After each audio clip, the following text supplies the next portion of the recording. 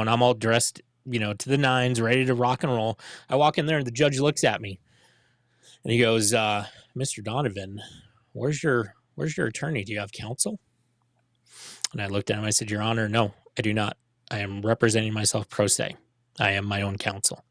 And so he kind of looks at me and he gives me that up and down where he's kind of taking everything in. He's assessing. Yeah, he goes, so you understand that if this does not go your way, you cannot then declare a mistrial. Do you want the truth? Are you tired of being so confused? You feel like you're more f***ed up than the lies on the evening news. And so he kind of looks at me and he gives me that up and down where he's kind of taking everything in. He's assessing. Yeah, he goes, so you understand that if this does not go your way, you cannot then declare a mistrial because you're representing yourself, which I already knew. I knew all that stuff. I said, I'm well aware of that, Your Honor. He goes, okay, so you really want to do this? I said, absolutely. And he goes, okay. So we were off and running and we did the full court thing, calling witnesses, objections, the whole 9 yards. So we get to the end of it before he's going to make his ruling. And he goes, Alan, can I interrupt this 1 second? Sure. It's amazing how many people are dissuaded from representing themselves simply because the threat of a mistrial, a threat of, possibly a misstep that lands you in hot water with the state, by self-admission, disclosing things that normally a lawyer would allow you to. And it's ridiculous. And they make these landmines, these created obstacles for fathers, for even just a person getting a traffic ticket where they aren't able to represent themselves. But that wasn't the intention of the law. The law was supposed to be simple enough where every man, woman, and child, every man and woman could represent themselves in one way or another. But the convoluted way that law has changed is the layman cannot. And this has created this false need for legal counsel. If you actually study precedent and you study the things that can get you off based upon people who've been in a very similar situation to you, you don't need much else except for the formality. And you can learn that in a very quick way. For you, did you have an inkling? You sound like a real smart guy. It sounds like you are fairly well read. Did you get a feeling, hey, this is something I can do, or you see an uncle done it, or maybe you went to court before? What made you feel that this is something you could handle and uncover that, hey, I can represent myself besides not having money? Yeah.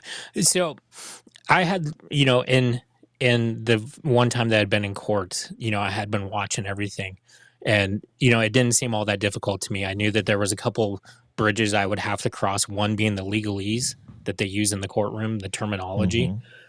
I figured that was the big one. And then once I crossed that, once I started looking into it, 3 months in, I was like, holy shit, this is not rocket science here. No, it's not. It's very simple once you understand just the very basic basis of how the system works. I was like, I can absolutely do this. And, by the time I got down to court, I was extremely confident in the fact that I was well prepared. I had studied everything inside and out. And I knew I could handle myself in front of the judge, that I did not need somebody there essentially holding my hand. And I didn't need somebody there to ask them questions. I could do it myself. Right. So you go through all this, everything's kicked into high gear, objection sustained. I want to introduce this as evidence. I want to cross-examine. I mean, the whole Perry Mason thing's happening. Yep. And what was the biggest oh shit moment where you're like, whoops, I made a mistake, or I kind of made a misstep, whether it be funny or whatever it would be? Was there a time in that experience that you kind of did something where later you may have got the result you wanted, but you were like, whoops, I shouldn't have said that or done that? Or was there any of that? No, there was none of it. It's perfect. It's perfect. Okay. Yeah. So go ahead. You go through it, and where do we go from here? So at the end, before the judge makes his ruling, he goes, hold on 1 second. He goes, so Mr. Donovan, I need to understand some facts here. He goes, have you ever been to Kentucky? I said, no. He goes, do you know anybody down here besides your son's mom and her parents? I said, no. He goes, did you come here by yourself? I said, yes. And he goes, so you came here to fight for your right to be in your son's life? Yeah, I said, you're yes. going to win. You're going to win. He goes, Mr. Donovan, I've been doing this for 20 some years. He goes, you are the most prepared father I have ever seen walk into this courtroom. He said, you came in here with 13 binders of evidence. He goes, well done. He goes, I'm going to go ahead and I'm going to grant you your request for 50-50 legal and physical, which was unheard of because I'm 2,000 miles away. Yeah. So I can't really have physical. Yep. Yeah. And he goes, I'm going to grant you that. And he goes, so you are planning to move down here. Is that correct? I said, yes, I am, Your Honor. He goes, do you have a time frame for that? I said, I don't right now. I'm, trying to save up money and everything and, trying to recover from the $10,000 hit for the lawyer the first time around. He goes, okay. He goes, I understand. He goes, I'll tell you what. He goes, when you get settled down here, he goes, you come back and see me.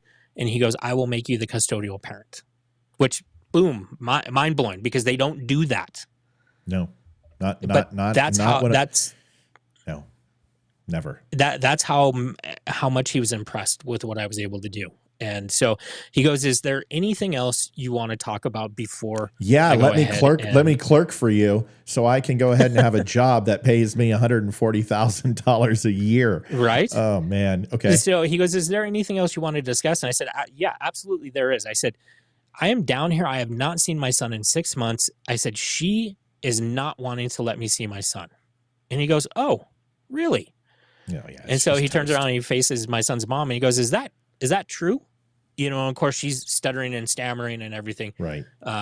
Because this is a Friday. I have to leave that next Monday. So I just basically have those 2 days to see my son. He goes, so I'm going to tell you something. I'm going to write up in order. You will have his son at his hotel at 4:00 today. He goes, if you're even a minute late, Mr. Donovan, I'm going to go ahead and give you my private number. You call me and you let me know. And he goes, I will make sure your son is there. And you talk about jaws dropping in this courtroom.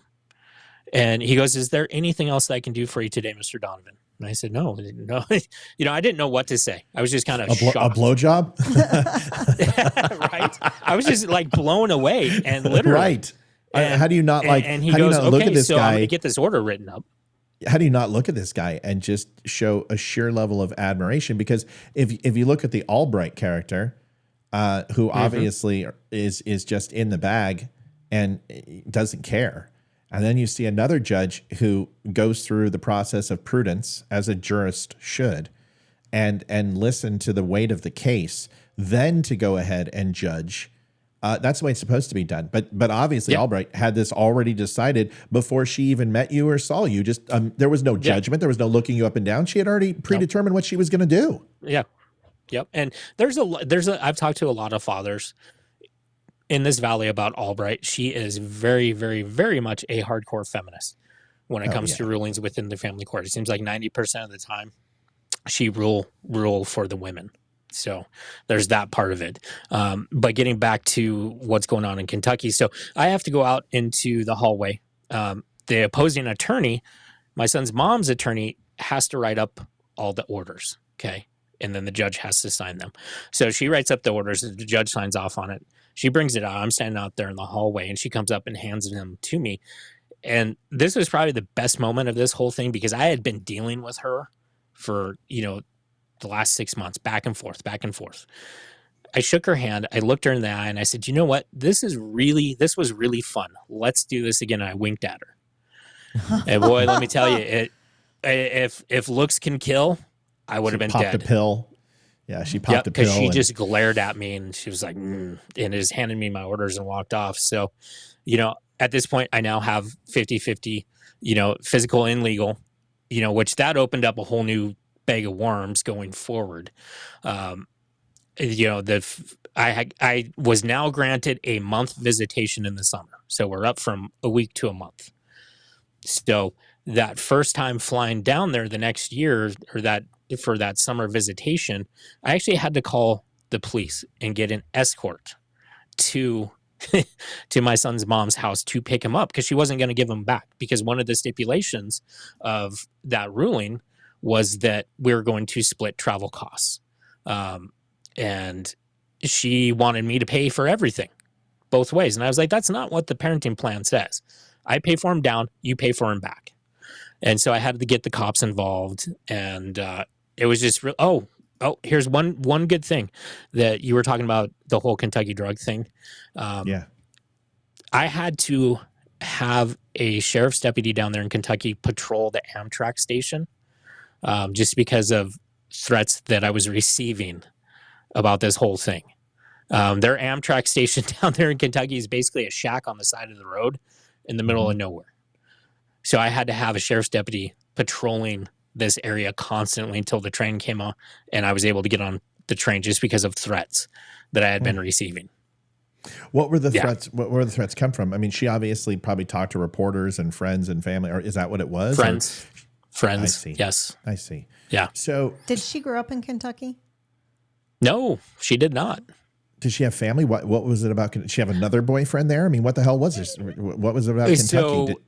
So her parents lived in Alaska and decided to retire to Kentucky. So when she moved down to Kentucky, she had made quote unquote friends down in Kentucky. Very questionable friends, come to find out, that were in a certain trade. So did the text message from the first boyfriend about her doing the drugs and ODing, did that come to play in that court case in the first one? It did. Well, in the first one, no. It was supposed to with Albright. It was supposed to have been brought up. My attorney was going to demand a 12-panel hair follicle test for drugs, but she didn't do it. Ooh. She didn't bring anything up about it. So, okay, so right now you're on Instagram. You got 151,000 followers, which is impressive. I mean, that's especially on Instagram, where Facebook, for every like or follow you get on Facebook, like 10 of them, you can get one on Instagram. Instagram's a completely different algorithm, very difficult to, especially podcasting. If you can take pictures of truffle or a poodle and get 1 million likes, but you actually release something like this, it's just purposeful and real. So it's difficult. So because of the sake of time, and we want to have you back, of course, because this is a 7-part miniseries, because I've got questions at the yin yang, because I love this stuff. I mean, we very quickly, and people are here to hear from you, but as a father who went through a very similar situation, I went through what I call the summer of love. No, not the BLM riots, but I was in Wyoming, Goshen County, in college, and I just came out of the military. I was about 4% body fat, was in good shape, and I attracted the female persuasion, and I was making my way through all of them, as a matter of fact, in the summer. And I just got recently separated from a woman who, when I was in Japan, she cheated on me, and I got out of the military and moved in with her, and then she fled to Las Vegas and left me high and dry, and I was just bitter, so I just did the things that I thought were best, which was drinking and jet skiing and sleeping with anyone who would be willing. And that was right before I met Olivia, and thank God I did, because I would either have a harem of children or die of some sort of horrible venereal disease, I'm assuming. But we all do stupid things, and we all do dumb things. And we've all been, I don't know, misogynistic in a certain way at some point in our lives. We've all had to explore how we decide to treat women in our relationships and all of that. But either way, I always understood the parameters of being a man and taking responsibility. And I had a woman who was in the town, and she was very popular and very beautiful. And she came to the bar that I was bouncing when I was bouncing the Cowboy Bar in Wyoming. A lot of people have heard of it, and it is as tough as it sounds. And, you're literally trying to go ahead and control people who've had a plethora of alcohol, who ride around on bowls that smash their face in, and then I'm supposed to stop them. So it was crazy. But when we got back, and started courting each other that evening with a little bit of alcohol, she had said, I'm had a hysterectomy, I can't get pregnant, and whatever. And of course, as a young person, you still do the right things to protect yourself, and you do all the right things to ensure that you're not going to bring a kid into the equation, especially when you're not ready, because I understood that. So you got to bring a condom and all that other stuff and do the right thing as a guy. And then lo and behold, you find out that there was a little bit of espionage, needless to say, like a pinprick in a condom that was on the end table, and lying about a hysterectomy so she could grab somebody and get pregnant. And this whole thing, baby trapping, was completely a trap. And of course, I fell for it hook, line, and sinker. So 8.5 months later, I get a knock on the door and I get served with papers. But before that, around the 45-day mark, she shows up to my house and says, I'm pregnant. And I'm like any guy would, is it mine? Because, we're guys, we only have two lines. Yeah. One is three of them. I want to get married and I want to be a great dad. 2, let's get rid of it. Or 3, are you sure it's mine? And those are our general programmings, I'm sure.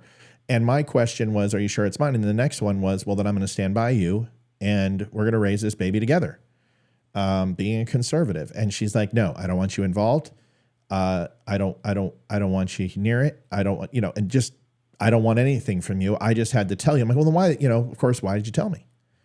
And we found out later at the 8.5 month mark with papers and being served for back child support. Needless to say, this went to a completely different ending than you. $30,000 in lawyers, 3 different court cases over 5 years. The mother dated the judge. Her mother dated the judge. There was conflict Really? of interest. Holy cow. Oh yeah. You can ask Olivia. Yeah, we met when she was 6 months pregnant. So I went through this whole thing with him. Yeah. And stood by me. So it was really interesting. And the whole thing was just, she was doing drugs. She was drinking, just like you said. She was a philanderer. She stole grandma's social security number and credit card theft. Yeah. She was a horrible person. Damn. Just not a good person at all. And lo and behold, over those 5 years, I did everything I could to be a dad. She would move him over state lines during visitation. So we had to call another city's police department and city say it's out of our jurisdiction. We can't enforce Goshen County because that's Wyoming. We're Nebraska. So every time my visitation would come up, she would just take him over state lines. And my father called on his deathbed and she said, you're never going to see your grandson, stuff like, just a horrible person. Yeah. And after some time, I finally had to pop smoke and get out of this for my own sanity and for my own ability to move on with my wife and have my own family. But my son went through hell. He was molested by someone she brought into the house, and molested both boys. It took everything in my wife's power not for me to go and solve that solution in a final way, something I know how to do. And it took everything in my power not to. He went to the state correctional facility, was molested and raped several times in juvenile detention centers, his entire life was destroyed. And it goes to show you that those same searches that you did, those same queries that you looked for, they weren't there for me either. And I did not do what you did because it just shows what an amazing amount of conviction and passion that you have to achieve this when I consider myself to be a pretty smart guy.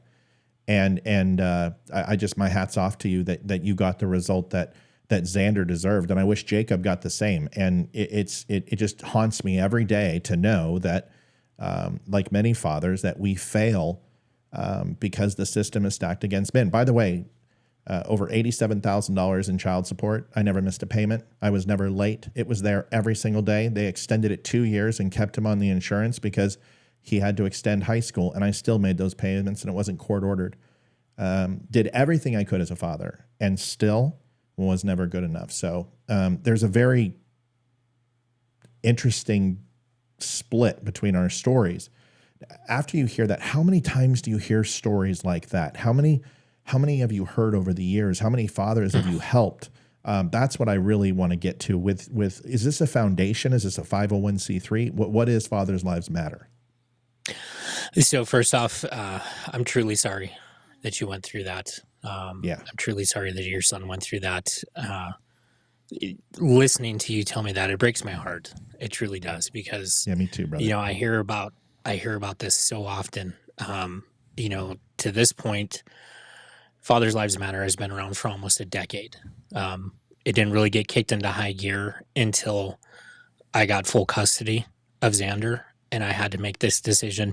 What do I do with this Father's Lives Matter? Because I think at that time I had, I was a little bit short of 5,000 followers. And, it was just mainly me sharing memes, having to deal with the family court and, different things like that. And I had a lot of people reaching out to me that were like, hey, do you offer this? Are you going to do something more than just these memes? Because that's great for a laugh, but that doesn't help anybody. And so once I won full custody of Xander and I got back home and I was able to decompress, sit down, I really had to stop and think, what am I going to do with this? Because, my fight's over. I'm done. I can delete the page. I can pass the page off to somebody else, or I can do something else with the page. I mean, heck, I looked at changing the topic to something completely different. And I sat down. Did you put your finger over the delete button at any time and have like that moment of clarity and stop yourself and say, wait a second. At one point I was looking at it. Yeah. At one point I was looking at it and I was like, man, my life would be so much easier if I just deleted this, because all this stuff that I had accumulated, I'm done with. That's not my life anymore. My life is now raising my son by myself. And I stopped at the last minute. And what made me stop was the conversation that I had had with my father, because my father passed away before I was able to get full custody of my son. So he never knew that I succeeded in doing that. And that conversation came back to mind. And I was like, I wonder how many other fathers are out there fighting for their children that don't have the support of their family. And I didn't delete it, and I left it, and I sat on it, and I started figuring, okay, what can I do? And so then I started shifting gears, and I threw it out there one day, and I was like, hey, what would you guys think if I started doing a podcast? And the whole premise of this podcast was bringing fathers on to tell their stories, to have their voices heard in a non-judgmental setting where I'm not going through, I'm not fact checking anything. I'm just letting these guys tell their story how it is. How therapeutic is that, man? You know, how I got it because nobody wants to listen to those parents. I'm so sorry for our delay. It really makes it hard. If you were sitting in front of me, you and I would have this seamless process because we're both podcasters. So I'm not trying to talk over you. I apologize. Yeah, no, not a problem. But how therapeutic is that? I mean, there were times where I just wanted to be heard, so desperately heard. And there's another story that I'd love to at another time share with you in regards to Child Protective Services and the complete horrible waste of time that they are. And we could explore that too.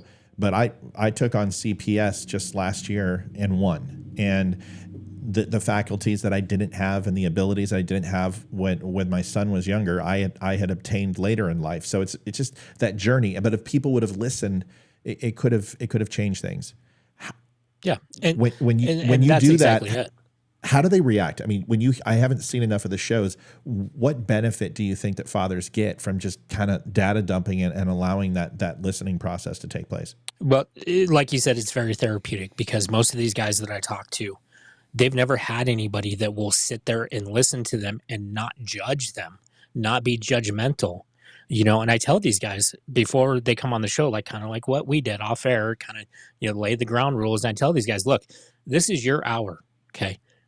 You go where you want to go. If you just want to stay on the surface, cool. I'm cool with that. But if you want to dig down deep and explore some stuff, I'm equally as cool with that. I said, I'm not here to judge you. I'm just here for you to be able to tell your story and get it out to the masses. Because I think that is so important because nobody wants to talk about fathers' rights. And I've seen it time and time again where you approach a news station, and I had that very experience in an interview I did. I did what was it, 20 or 30 minute interview with the local NBC station here over Christmas. Really great interview because the whole premise was talking about how the holidays, especially Christmas, are some of the toughest times for single fathers that result in the highest number of suicides for single fathers. And so we did this interview. It was really great. I got in touch with the reporter. I was like, hey, when is this going to air? Can I get a copy of it? And she goes, well, there's a problem. She goes, my news director will not air it unless you get somebody who is an expert to come on and verify what you're saying. I was like, are you serious? I said, number one, I'm a single father. Number one, I work with all these guys. I would think that would make me an expert on this, but no, they would not air it. And they ended up finding some guy over in Los Angeles to come on and basically quantify what I was saying. And my interview went from 20 some odd minutes down to like a minute, where they cut it down to a minute. And the rest of it was this guy. Media. And it's just, it's ridiculous.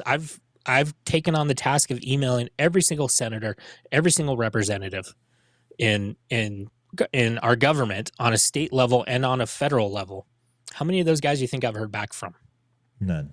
Well, you may have got a return, letter or something, but certainly not from that person. Yep. But yeah, I've got the basic, form letter back from them, but nobody will talk to me. Yep. That's true. Nobody will come online and say anything about it.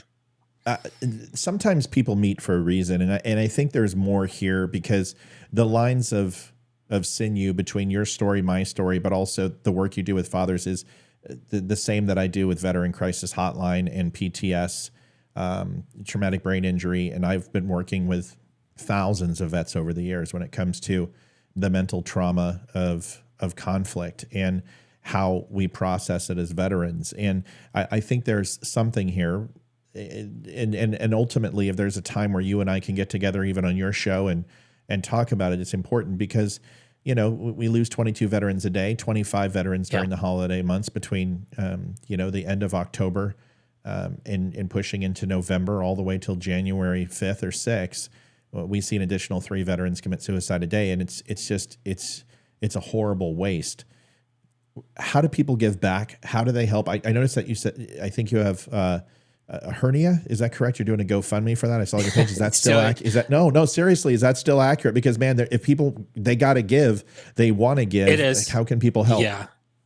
So basically I had emergency surgery back in October for a umbilical hernia. Ended up in the hospital for 3 or 4 days where they did the surgery and everything. At the same time that was going on, my bank account got hacked.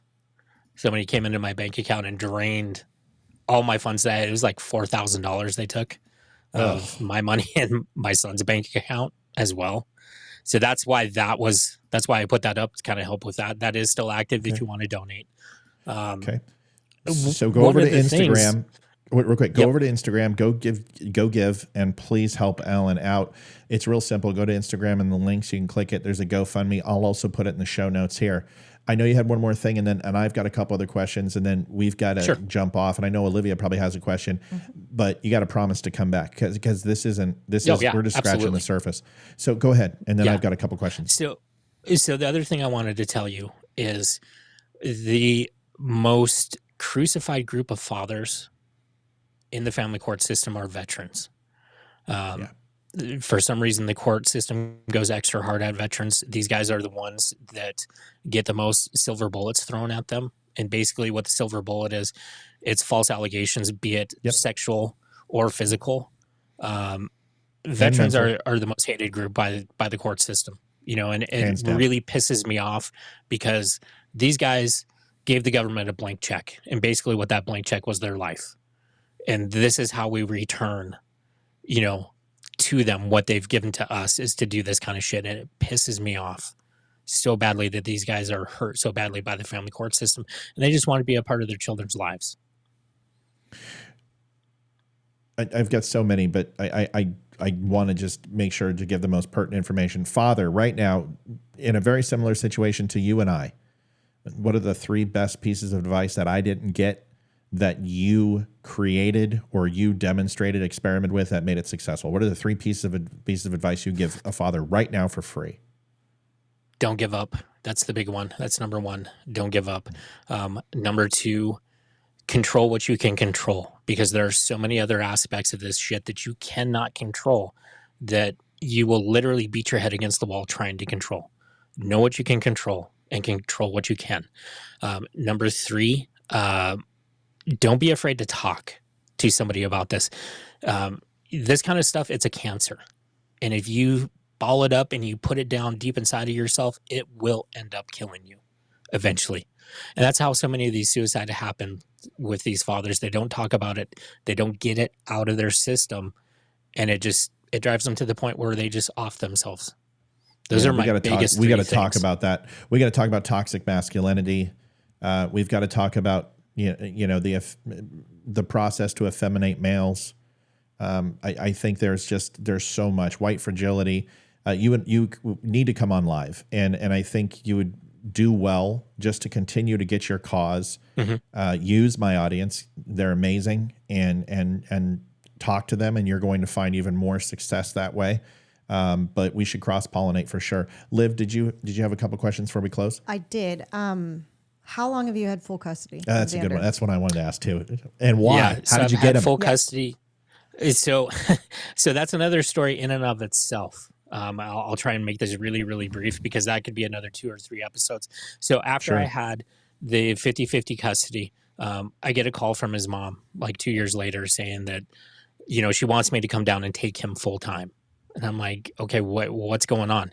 So basically she had gotten into it with her mother. Her mother planted drugs on her. Okay. And basically got her thrown out, and that, she wanted me to come and get Xander because she was mentally abusing Xander because her mom hated me from the first minute because she tried to control me. I wasn't having any of it. I fought back every chance I got. So we were making this plan, and I just happened to call the court system down there one day because I was like, okay, so we got to get this filed. We got to switch it around, make me the custodial parent. I was trying to find out the process for doing that. So I called them. I talked to the clerk of courts, and she explains to me how to do it and everything, and very, very simple. So she sends me down to the next level for the filing, for paying the filing fees. So I could get that filed and have it done. So by the time I got there, it was already done. So I'm talking to her. I'm explaining what I need. She pulls it up. She's like, I need to get you back upstairs. I was like, I already talked to them upstairs. They sent me down to you. She's like, no, you need to go back upstairs and talk to them. I was like, okay. Sends me back upstairs. I'm talking to the clerk of court. She's like, yeah, I don't think it should be a problem. They just had court today and the judge ruled. And I was like, whoa, stop. I was like, what do you mean they just had court today? She's like, well, they just had the emergency custody hearing. I said, what are you talking about? And she goes, well, they granted custody of your son to his grandmother. And I was like, wait a minute. I was like, what is going on? And she's like, you didn't know? I said, no, I didn't know.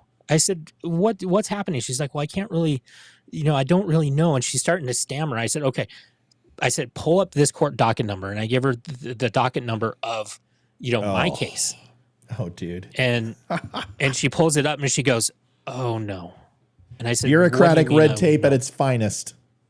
Yes. And so what had happened was the grandmother had changed the spelling of my son's name from an X to a Z and switched his birth date. So his birth date was off by a year. So when they ran that through the court system, it did not cross-check with what was already in the system. So they gave her full custody of my son. And I had no idea. Did she get hit with fraud? Did she get hit with any fraud charges or anything else? Did they even?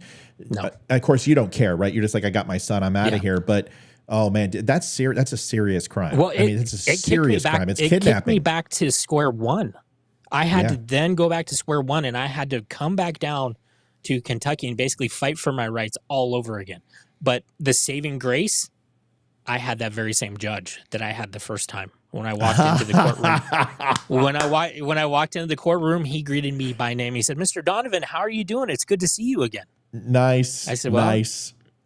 I wish it was better circumstances, but at the end of the day, I was in and out of that court in 20 minutes with full custody of my son. That's amazing. So how old was he when you got full custody? 7. 7? 7 or 7. And he's 13 now, right? He's 13 now. Yeah, Hayden and him are 1 day apart. I do remember that. No. He's already had a chance with you. He's not getting a chance with my daughter. No, no, I've got a follow-up question. Well, how is he doing mentally? Does he remember all of the back and forth and everything like that? How is he doing with that? And is his mom in his life at all? Okay, so very good questions. Mentally, it's been a little bit of a struggle. It hasn't been a huge struggle. There's been times when he's acted out because of the situation at hand. Luckily, he doesn't really remember a whole lot of what took place back in those days in Kentucky.